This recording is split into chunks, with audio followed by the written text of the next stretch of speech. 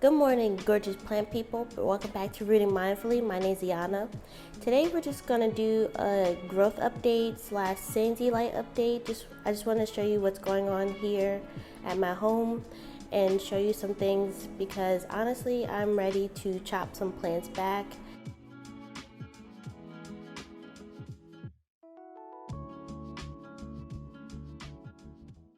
And I just feel like some of my plants are just getting out of control, so I wanted to go ahead and make this footage just to show you what's going on, or maybe just get some of you guys' opinion. So let's get into it. Alright, so this is the Sansi Light that I reviewed in my Sansi review video. It's a 36 watt light bulb, and it is very extremely bright. You can see that some of the plants may have gotten a little bit too much light. And so one of the plants here is my Philodendron Anabapuense. I just feel like it's just too much light for this plant, so I'm going to go ahead and move this one. You can see that it's very chlorinated, so I'm thinking that it's too much light for this plant. And then if we move over here to my Thai constellation, if you guys watch my channel or my mom's birthday haul video, I did give her a cutting of this plant. And as you can see, we are getting new growth here finally, so I'm very excited for that. And even my Philodendron McDowell is moving towards this light and is trying to get even closer. He's kind of like breaking his neck to get over there. But some of the plants seem to be doing really well with this light. This Monstera Peru, I'm thinking about cutting back. I keep toying with the idea of cutting this plant back completely to make it more of a bush.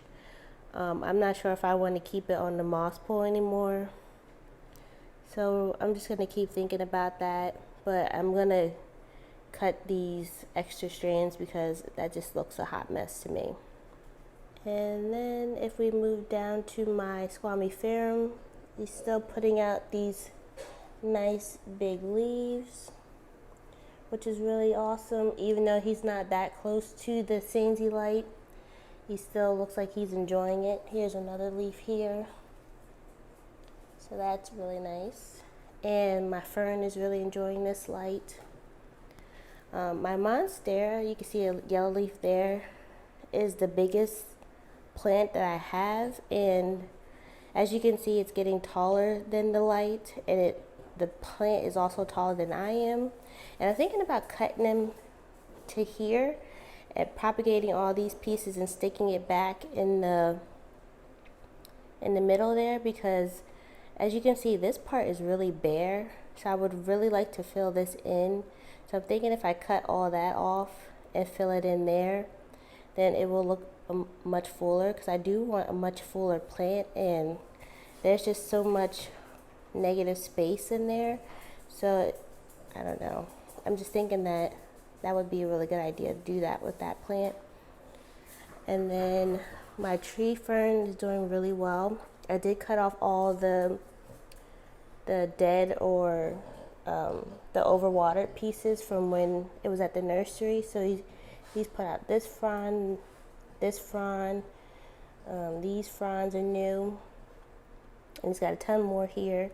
And as you can see, it's curled up here. I really need to keep an eye on this plant. I water it once or twice a week, but clearly it's not enough water, because as you can see, these pieces are underwatered. So I really need to keep an eye on this plant and make sure that I'm keeping it watered. This plant takes a lot of water. It's kind of ridiculous how much water it takes, but I'm going to keep an eye on this one. And then if we move over here, my Monstera Stanleyana variegata has some crazy variegation, if you can see that. And I did chop this plant and propagate it, and this is one of the newer vines. But look at that variegation that's coming out. But the crazy thing is, like, the texture of the leaves is changing, because as you can see, this one's like more smooth, but look at that, like, it's very textured. It's not smooth at all. And then the variegation is just wild. But this is another new vine, but I don't know if it's just this side of the plant that has this like textured leaf, but it's just really interesting. And you can see that this stem is very white, so I think this whole like shoot will be very variegated, so that's interesting. And then up here you can see my white ghost, philodendron white ghost. This is the newest leaf, so she's still putting out white leaves. None of them have turned green yet, so I'm still having a ton of white leaves. And I just watered her this week, and she's already dry, so I feel like I'm watering this plant twice a week. But she's really putting out a lot of white leaves. So we'll see how that goes. We're not getting any, they're not turning green, so I don't know. She's still growing though, so that's good. And then if we come over here, I just feel like this whole area is a hot mess. Like I really need to tame this area. Now you guys might think that this is a lot of good growth, but this to me just looks crazy. And here's my green version of the Stanleyana. It's just growing off the moss pole. This is another one I'm thinking about just cutting back to make like a short bush. I think that would be really nice looking. But that's that one. If we come here, here is my philodendron melanochrysum varicosum cross. I'm actually going to chop this one. I don't know if I'll chop it here or here. I'm going to chop it and put it back in there just so I can have a fuller plant. I already decided about that one, that I'm going to cut that one back because I really don't want this one to get too tall right now. I would rather have it fill out, so that I have a plan for that one already. And let's see, this plant here, this is my Syngonium macrophyllum. Has gotten out of control. Some of you guys know this as the Jack and the Beanstalk. Jack is going to be chopped down. This is another one I've decided to chop down. I'm just not sure how much I want to chop him, but the other day I came home and he was leaned over this way and he knocked this plant over and was all the way into this plant, so I could not have that in my collection. And sometimes he's leaning that way, so he's just like, he's not stable at all, so he's going to be chopped down. I'm not sure how much I want to chop him. I also think I need to move him because his bottom leaves are starting to yellow because they're not getting enough light, so I might have to chop him and move him, but we'll see about that one. And then I just feel like this Burl Marx is getting out of control. I want to move this plant because I don't like the way that it looks here. I feel like this plant is the reason why this area looks so chaotic. So I'm definitely going to move this plant. And oh, look at my Begonia Tamaya. Like, she has risen. She's doing a lot better. If you guys saw my my fall plant tour, she looked terrible. Like, I had chopped her all the way back, but she looks a lot better now. She looks so much better, and she's a lot fuller, and I think I'm going to keep her at this size rather than letting her get as big as she got. If you check out my Instagram stories, I showed the timeline of this plant, but I think I'm going to keep her this size because it's more manageable, and she just looks a lot better, so we're going to keep that plant there.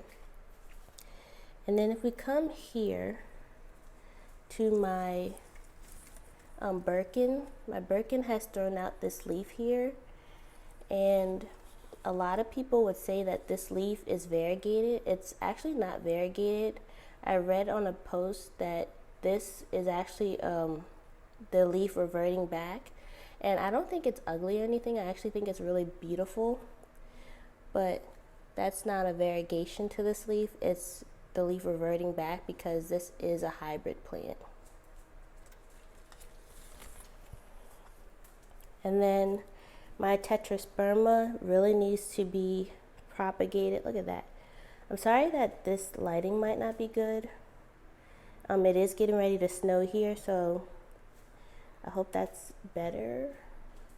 But you can see that it's going all the way to the top of my curtain, so I'm gonna cut this one back as well. This plant just needs to be cut, cleaned up, and I think I might cut it to here. I think that would be good. But as you can see, I have a lot of propagating that I'm going to do, just because I think that some of my plants need to be cleaned up, just so it doesn't look so, I don't want to say messy, but I just want to bring it back a little bit just so it can look a little tighter. Or, you know, the manicured jungle look. That's what we're going for. And then if we come in here, this area actually doesn't look bad to me. This actually looks a lot better than my other areas, so I'm not too stressed out about this one. But you can see that my Philodendron Ring of Fire has put out a new leaf. And this one's actually starting to look really good and really full. I'm really proud of this plant. I do have to, I think I'm having a little bit of copper spot with this plant. So I will get some spray or research into this to see what's going on with this. But other than that, it's looking really well, looking really good.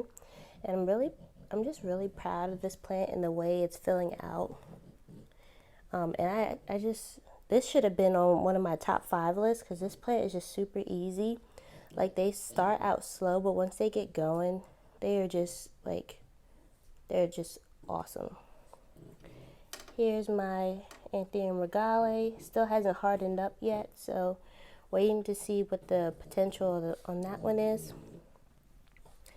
My Melanochrysum is hardening off this leaf, and it's looking pretty good. This one is throwing off really pink leaves. This is my Syngonium Peak Splash. That one's looking a lot better than it was before. I had propagated the stem and stuck it back in there, and it's looking a lot fuller, so I'm liking that one.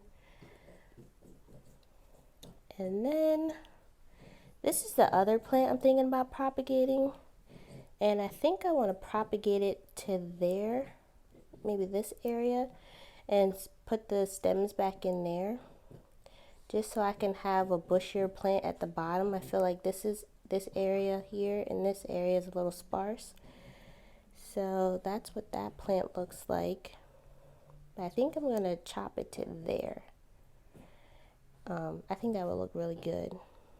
I don't want all my plants to be huge or, you know, the tallest that they can be. I just want them to look healthy and full, so that's what I'm looking for, and that's what I'm kind of aiming for when I look at these plants. I'm not looking to have the biggest plant. I just want them to look healthy, you know. So that's my plans with that plant there. And then my asparagus fern right here, I'm going to chop that long thing off, because that's not really helping the plant, and it looks crazy, but that's just that plant. But other than that, the plants in this area look really good, and I think we're doing pretty well for winter. Yes, you have seen some yellow leaves, but that's just what happens in winter. You get a couple yellow leaves as plants transition from, you know, the temperatures and the humidity of the summer to the fall. That's just normal, so I'm not really worried about that. It's not like they're all turning yellow. If I was getting more than maybe 3 or so yellow leaves, then I would be concerned, but mine are pretty minimal. And I haven't picked any yellow leaves off, so what you see is how the plants are doing. So I just want to come in here and do a quick update to show you what's going on and my kind of reasoning for chopping a couple plants back. But as always, thank you guys so much for liking my videos and subscribing, and we'll see you in the next video. Bye.